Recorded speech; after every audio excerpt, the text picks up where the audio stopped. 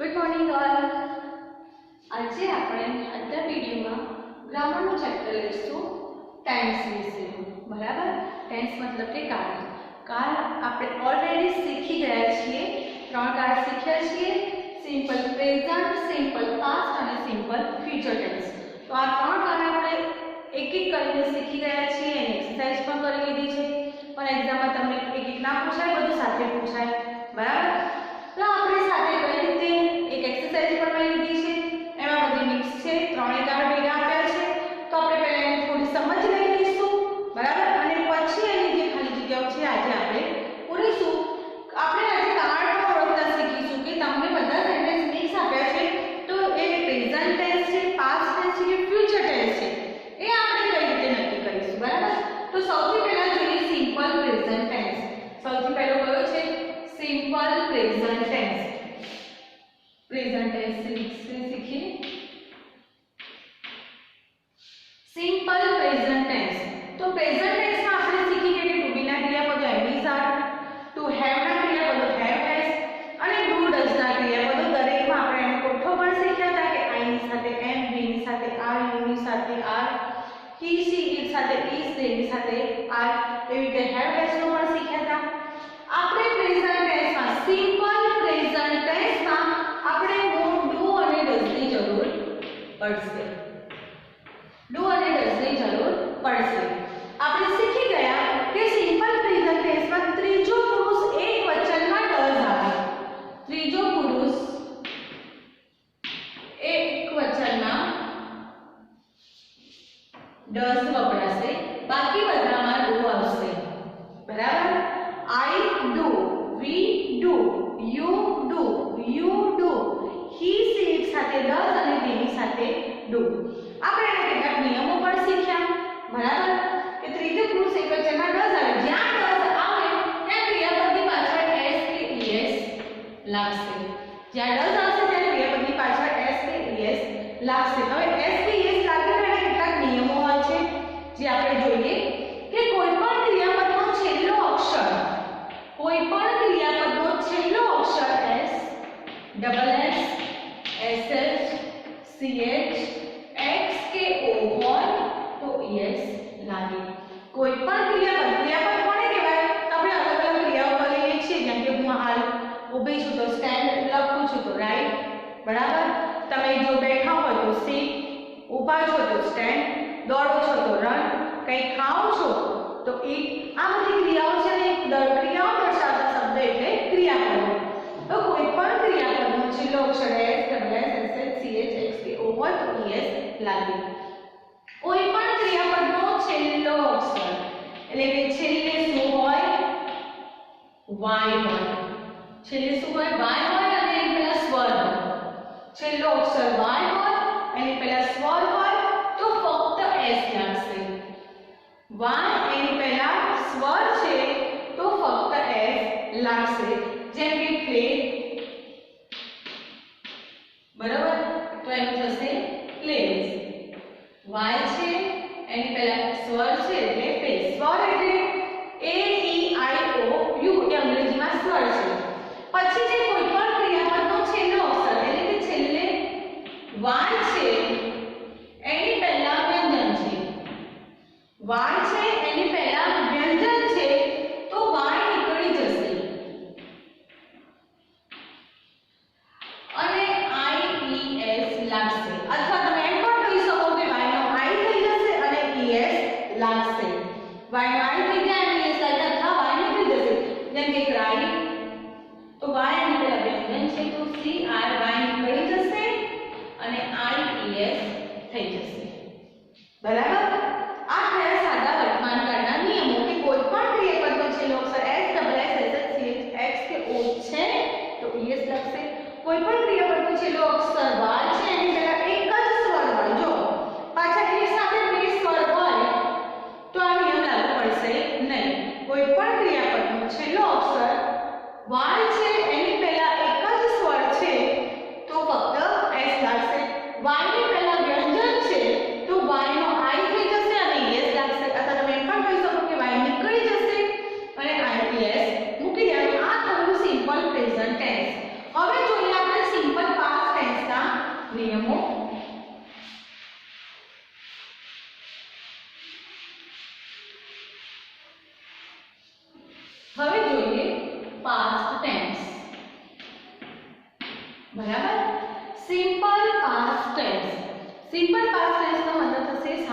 ભૂતકાળ આપણે શીખી ગયા કે કોઈ પણ ક્રિયા થઈ ગઈ છે અથવા પહેલા થોડા સમય પહેલા થઈ છે, પહેલા થઈ ચૂકી છે અને હાલ આપણે એના વિશે વાતચીત કરી રહ્યા છીએ, તો ત્યારે આવશે સિમ્પલ પાસ્ટ ટેન્સ સાદું ભૂતકાળ.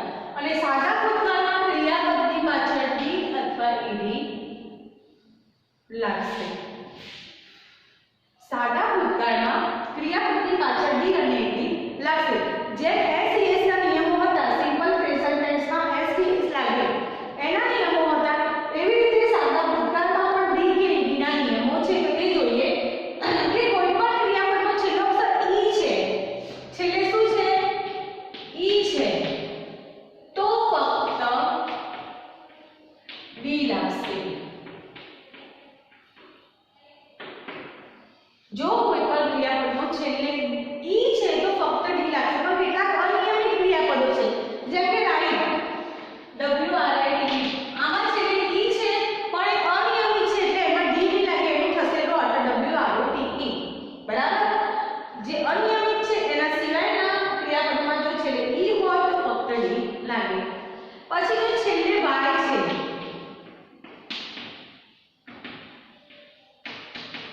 અને એની પહેલા વ્યંજન છે તો વાય નીકળી જશે, વાય છે એ નીકળી જશે અને આઈઈડી લાગશે. શું થશે? છેલ્લે વાય છે, જો પહેલા નિયમ જેવો છે સિમ્પલ પ્રેઝન્ટમાં શું હતું? વાય નીકળી જાય, વાયની પહેલા વ્યંજન હતો આઈઈડી લાગે. સિમ્પલ પાસ્ટમાં આગળ વ્યંજન હોય તો વાય નીકળી જાય, આઈઈડી લાગશે. અને બીજો નિયમ છે તો છેલ્લે વ્યંજન છે, છેલ્લે વ્યંજન છે અને એની પહેલા એક સ્વર છે, વ્યંજન પહેલા એક સ્વર, એક જ સ્વર હોય તો છેલ્લો વ્યંજન બેવડાશે અને પછી ઈડી લાગશે. જેમ કે ડ્રેગ, બરોબર? આ ડ્રેગ છે, વ્યંજન છે એટલે એક જ સ્વર છે, બેવડાશે મતલબ છેલ્લો વ્યંજન બે વાર લખાશે. ડ્રેગ્ડ, DRAGGED, શું થશે? ડ્રેગ્ડ. બરાબર? પછી કેટલાક અનિયમિત ક્રિયાપદો છે જે તમારી ગ્રામરની બુકમાં પાસ્ટ ટેન્સ ભૂતકાળમાં આપેલા છે કે ગોનું થશે વેન્ટ, જેમ કે રાઈટ નું રોટ, બ્રેક નું બ્રોક. બરાબર? તો આવા ક્રિયાપદો છે એ તમારે તૈયાર કરવા જ પડશે.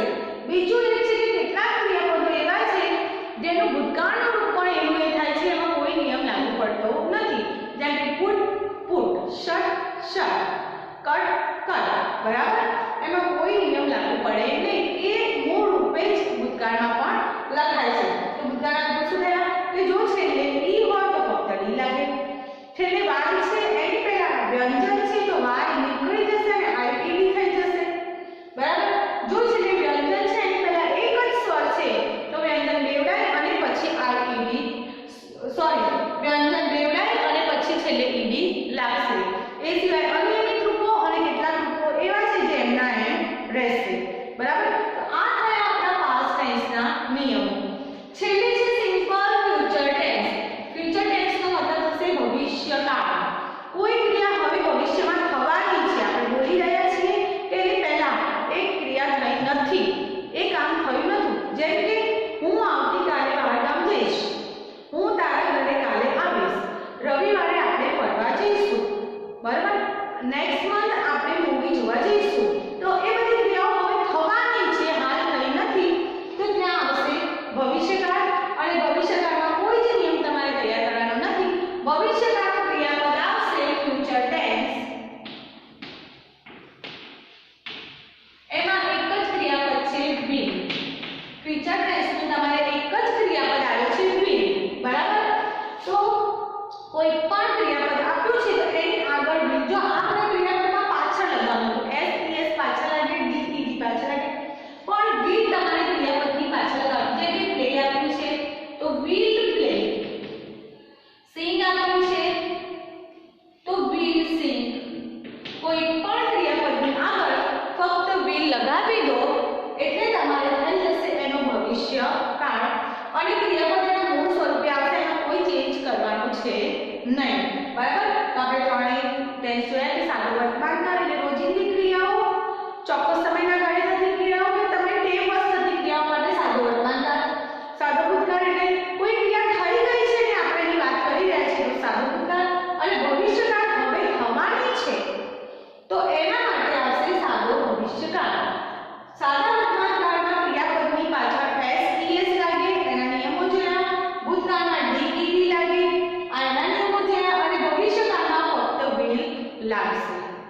બરાબર. હવે અહીંયા આપણે ત્રણેયની ભેગી આપણે એક્સરસાઇઝ કરી છે, તો આપણે એક્સરસાઇઝ જોઈ લઈએ. તો પહેલું છે વી ડુ નોટ. જો બ્લેન્ક્સ મિક્સ છે એટલે અમુક શબ્દો હોય છે જેમ કે સાદો વર્તમાનકાળ કે સાદો ભૂતકાળ ભવિષ્યકાળ આપણે કઈ રીતે નક્કી કરીશું? તો સાદો વર્તમાનકાળ છે તો એમાં ઓલવેઝ, ડેઈલી, એવરીડે આ બધા શબ્દો હોય છે, અથવા કોઈ એવી ક્રિયા દર્શાવી હોય કે જે તમે રોજ કરો જ છો. બરાબર. આપણે આપણી રૂટીન લાઈફમાં ડેઈલી ક્રિયા કરીએ છીએ તો ત્યાં હશે સાદો વર્તમાનકાળ. સાદો ભૂતકાળમાં હશે યસ્ટરડે અથવા લાસ્ટ. જો આપણે એને એકવાર લખી દઈએ.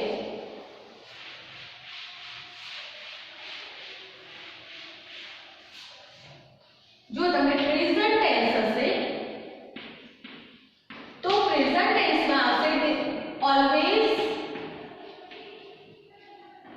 Daily, every day. Always, daily, every day અથવા કોઈ એવી ક્રિયા હશે જે તમે રોજ કરો છો, ચોક્કસ સમયના ગાળે કરો છો. બીજું છે પાસ્ટ ટેન્સમાં આવશે તમારે યસ્ટરડે અથવા તો પછી શબ્દ આવશે લાસ્ટ. બીજો કયો શબ્દ છે? લાસ્ટ. લાસ્ટની પાસે લાસ્ટ વીક, લાસ્ટ મંથ. જો લાસ્ટ શબ્દ છે તો લાસ્ટની પાસે last week, last month, last Monday, last year કોઈ પણ હોઈ શકે. આપણે શબ્દ રાખવાનો લાસ્ટ. અને બીજું છે ફ્યુચર ટેન્સ. ફ્યુચર ટેન્સમાં આવશે ટુમોરો અથવા આવશે નેક્સ્ટ. નેક્સ્ટ મંથ હોય, નેક્સ્ટ વીક હોય, નેક્સ્ટ યર હોય, કંઈ પણ હોય તો એ આવશે ભવિષ્યકાળ. હવે અહીંયા કેટલી બ્લેન્ક્સ છે બધી આપણે મિક્સ લીધી છે, પ્રેઝન્ટ, પાસ્ટ અને ફ્યુચરની. તો એ બ્લેન્ક્સ જોઈને આપણે એને ફિલઅપ કરીએ, ખાલી જગ્યાઓ પૂરીએ. પહેલી છે we do not at 11 o'clock. કૌંસમાં છે સ્લીપ. સ્લીપ એટલે સૂઈ જવું. જો એક તો તમે ડુ નોટ આપ્યું છે, ડુ વાળું આપ્યું એટલે સિમ્પલ પ્રેઝન્ટ ટેન્સ થયું. બીજી વસ્તુ છે સ્લીપ, સૂવું. એ ક્રિયા આપણે રોજ કરીએ છીએ. બરાબર. તો આપણે ખ્યાલ આવી જાય કે આ સેન્ટેન્સ સિમ્પલ પ્રેઝન્ટ ટેન્સનું છે. જો સિમ્પલ પ્રેઝન્ટ ટેન્સ આવે તો પહેલું આપણે આવું જોઈએ કે એસ એસ લાગશે કે નહીં? તો આપણે અહીંયા છે જ્યાં ટુ હોય ત્યાં ક્રિયાપદનું મોઢું મૂકીએ છીએ. એમનું એમ. બીજી વસ્તુ કે અહીંયા બહુવચન છે તો પણ ક્રિયાપદનું મોઢું આવશે. તો શું આવશે? પહેલીમાં સ્લીપ. ક્રિયાપદનું મોઢું એમાં એસ એસ કઈ લાગશે નહીં. ચલો બીજી છે Mrs Patel blank poem last week. તમે બ્રેકેટમાં આપ્યું છે ટીચ. ટીચ એટલે ભણાવવું, શીખવવું. Last week. જો અહીંયા તમને શબ્દ આપ્યો છે લાસ્ટ. લાસ્ટ શબ્દો પરથી આપણને ખ્યાલ આવી જાય. બરાબર. કે લાસ્ટ વીકનો મતલબ ગયા અઠવાડિયે ભૂતકાળ છે. ભૂતકાળમાં તો આપણે આગળ લઈ જવાની જરૂર નથી. જે શબ્દ આપ્યો છે એને ભૂતકાળનું મૂકી દેવાનું એટલે ટીચનું થશે તો. આમાં કોઈ નિયમ આપણે લાગુ પડતો નથી. અનિયમિત સ્વરૂપ છે એટલે લખી દઈશું Mrs Patel taught a poem last week. અમને ગયા અઠવાડિયે પોએમ કવિતા શીખવાડી. Vipul blank past yesterday.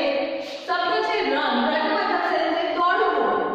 અને યસ્ટરડે એટલે ગઈકાલે. કયો કાળ થયો? ભૂતકાળ. તો રનનું ભૂતકાળનું રૂપ થશે રેન. બરાબર. તો વિપુલ ran fast yesterday. વિપુલ ગઈકાલે ખૂબ ઝડપી દોડ્યો. નંબર 4 છે the boys playing football in the park tomorrow. જો tomorrow શેમાં આવશે? ફ્યુચર ટેન્સમાં, ભવિષ્યકાળમાં. તો એમાં શું કરવાનું? ફક્ત will લગાવવાનું અને ક્રિયાપદનું મૂળ સ્વરૂપ શું છે? play. તો will play. બરાબર. will play. તો the boys will play football in the park tomorrow. આવતીકાલે છોકરાઓ પાર્કમાં, પાર્ક એટલે બગીચો, એમાં ફૂટબોલ રમશે. હવે છે boys played cricket last week. જો લાસ્ટ એટલે ભૂતકાળ થઈ ગયો. ભૂતકાળ થાય એટલે કઈ વિચારવાનું નહીં. આનું ભૂતકાળનું મૂકી દેવાનું. બરાબર. તેનું ભૂતકાળ થશે પ્લે. બરાબર. પ્લેનું ભૂતકાળનું રૂપ થશે પ્લે. જો સિમ્પલ પ્રેઝન્ટ ટેન્સમાં તમારે ડુ ડઝ ઉપરથી એસ કે યસ નક્કી કરવાનું રહેશે અને પછી એના નિયમો આપણે જોઈશું. બરાબર. એસ લાગશે